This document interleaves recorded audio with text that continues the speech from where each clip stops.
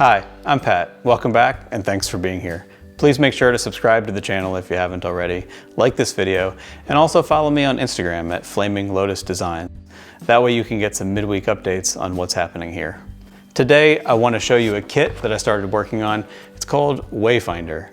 This is published by Free Spirit Fabrics, and it includes a line of fabrics from Tula Pink called Spirit Animal. So it's got some very cool prints. The design itself is also pretty cool, with a lot of flying geese, which some people might like and some may not. My wife actually picked this kit up a couple years ago, started doing the cutting, and decided that maybe that many flying geese was not her thing. So I'm going to take it from there and I'm going to finish it. So thanks for being here today. I'm going to tell you what I think about the pattern itself, the fabrics that came with it, and the overall process of putting it together. So I appreciate you being here. Thanks for joining me. Let's start by taking a look at the pattern. As you can see on the cover, it has a nice photo of an example of this quilt being made with the same prints that are included in the kit. The prints that are included, again, are from Tula Pink, and it's a line called Spirit Animal. The overall finished size of this quilt is 64 by 76. So not a bed quilt, but it's a nice size for a lap quilt or something to throw on the couch. So if we look inside, like most patterns, it starts with a fabric chart.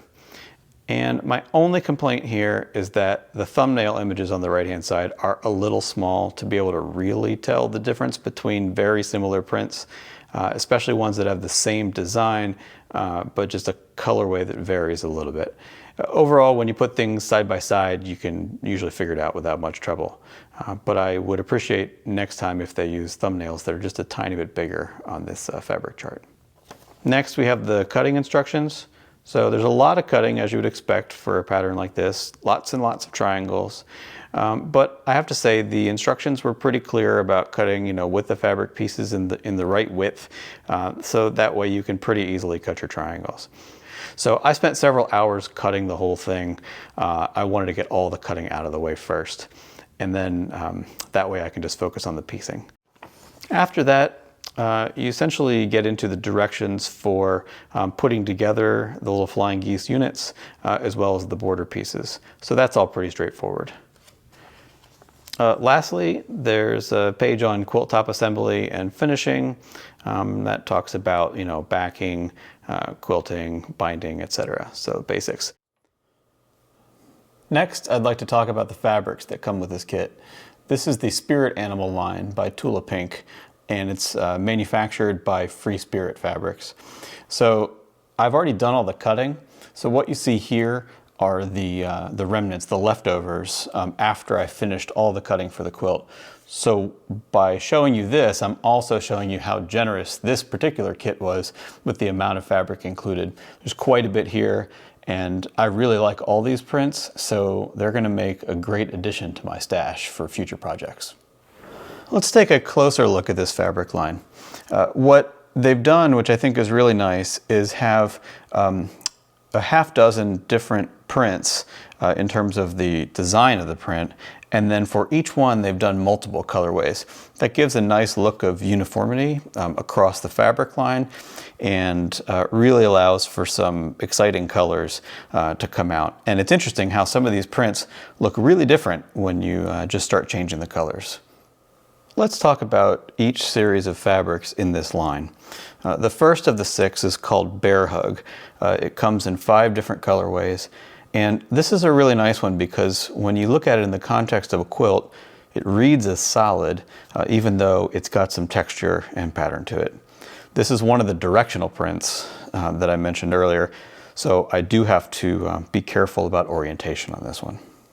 The next series I'll show you is called Arrowheads. This one comes in 4 different colorways. Again, it has some directionality to it. This one's going to feature in the sashing on this quilt, particularly this white one. Again, it reads as a solid, but it's got some texture. It's not boring and dull. It stands out because it's got some other contrasting colors in there, but in the context of the larger quilt, it reads mostly as a solid. This series is called Retweet, and this one is one of my favorites. I just love all the floral background. The print is busy but balanced, and it's got these really nice birds in there. And those birds look great in all 4 of the different colorways that this comes in.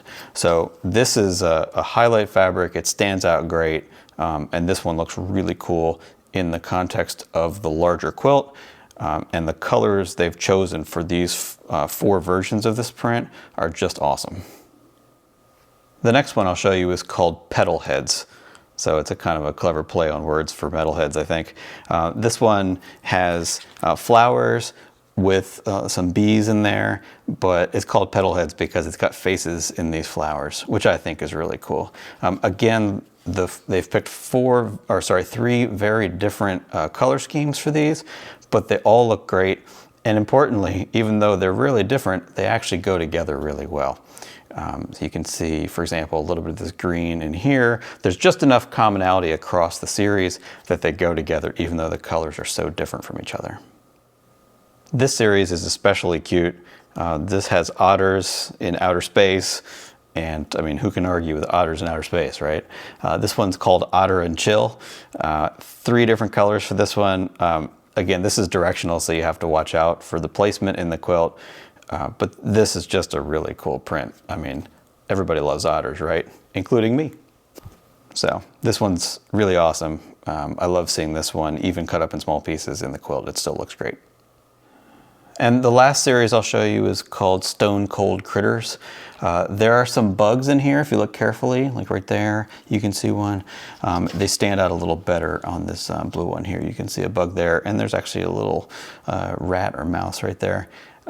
So this is a cute one, and this is another one that is good for backing off of the busyness a little bit, but still having nice texture to it. I really like how they've picked for each of these 4 colors.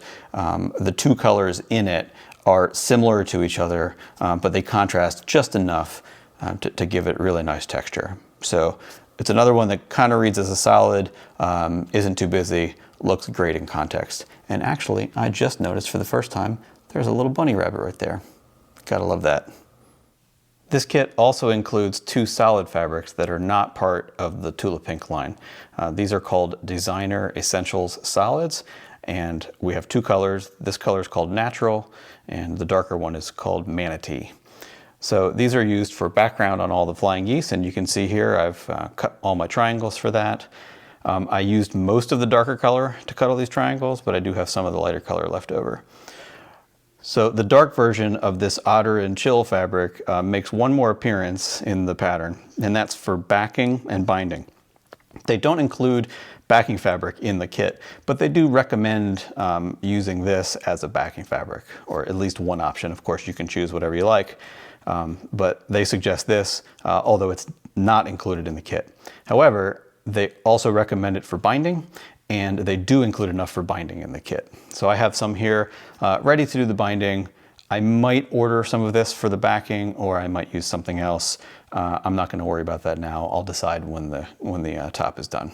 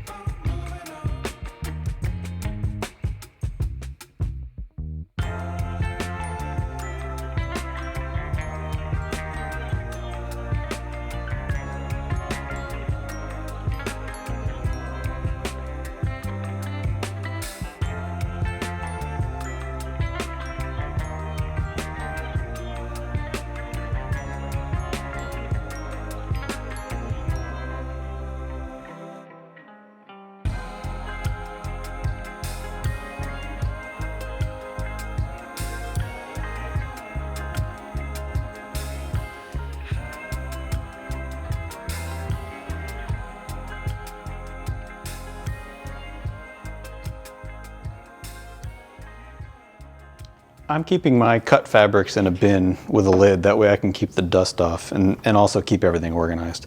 So you can see I have some stacks of different fabrics here. So I showed you the picture of what they look like before cutting, and here's how my triangles are looking after cutting. So I've got several stacks here. This is all the prints that we need for the whole quilt. So again, everything was cut up front. These here are the sashing pieces that go in between the blocks. And then we have some pieces over here for the center star. And then lastly, some other shaped triangles underneath for the border itself. So this is how I'm keeping track of all the colored pieces. For the background pieces, there's 2 prints. As I said before, there were a ton of triangles to cut here. The challenging part with these prints is keeping the right side differentiated from the wrong side of the fabric. You can barely tell the difference by looking at it, but I could see some difference when I was cutting. So I want to be consistent and make sure I'm always keeping the right side up. So what I did when I was cutting was make these stacks, and in these stacks it's always right side up, and there's quite a few here you can see. But each stack is right side up, and that way when they stay in the bin, hopefully undisturbed, I can just pull them off the top of the stacks, and I know I've always got the right side up. I've made some progress on piecing the sections with the light background, so I want to show you that. You can see these are in 2 stacks. There's a reason for that. Pretty early in the process, I started accounting for something that I didn't see initially, which is the directionality of some of these prints. So let's take an example. If you look at this green print with the yellow symbol on it, that has a direction to it. And you can see it's facing one way in that print, in that cut, and another direction in this cut. Fortunately, the way the cutting works for these half square triangles and quarter square triangles is that you get an even number of prints facing one direction as you do prints facing the other direction. So what I've done is basically make 6 sets with the prints facing in one direction, 6 sets with all the prints facing the other direction, and that way I can position 2 of them coming in from the sides and the other 2 coming in from the top and bottom, and that way all the prints will stay in their original direction. It doesn't really matter when you're looking at one print alone, but what I'm doing is within a given strip, I'm making sure that all the prints that have an obvious directionality are facing the same direction within that row. So let's talk about how I've chosen to press these flying geese. When you're doing a block like this that has fabrics coming together at the edges where it intersects with other prints, you do have to be careful of not having too much bulk in one place. So that's one factor that I'm considering in how I've decided to press these. Another factor though, when you're looking at something with a light colored background and a dark colored featured fabric, is pressing things in the direction that we don't have dark fabrics sitting, the seam allowance for the dark fabric sitting behind the light colored fabrics, because sometimes that could show through. So in this case, I've prioritized avoiding having seam allowance for dark fabrics showing behind the lighter colored fabrics. And when I start doing the light colored featured fabrics with the dark background, I will probably press them in the opposite direction. Each of these flying geese blocks comes out to 2.5 inches by 4.5 inches. So as you can see with this partially constructed one, you wind up with these tails of seam allowance that stick off the edge. And what I'm doing with these, just to make sure everything is really precise when I put them together, is using this 2.5 by 6.5 inch ruler to trim off those little flags on the edge of the block and really just make sure everything is super square. You could do this with any ruler, but I happen to have one that's 2.5 inches wide, so it winds up being a convenient size. Well, that's it for this episode. I hope you enjoyed this and maybe found it helpful. Please let me know in the comments if you've made this quilt or plan to make this quilt. Make sure to follow me on Instagram at Flaming Lotus Design so you can see the finished top when it's done. Thanks again, and I look forward to seeing you on the next one.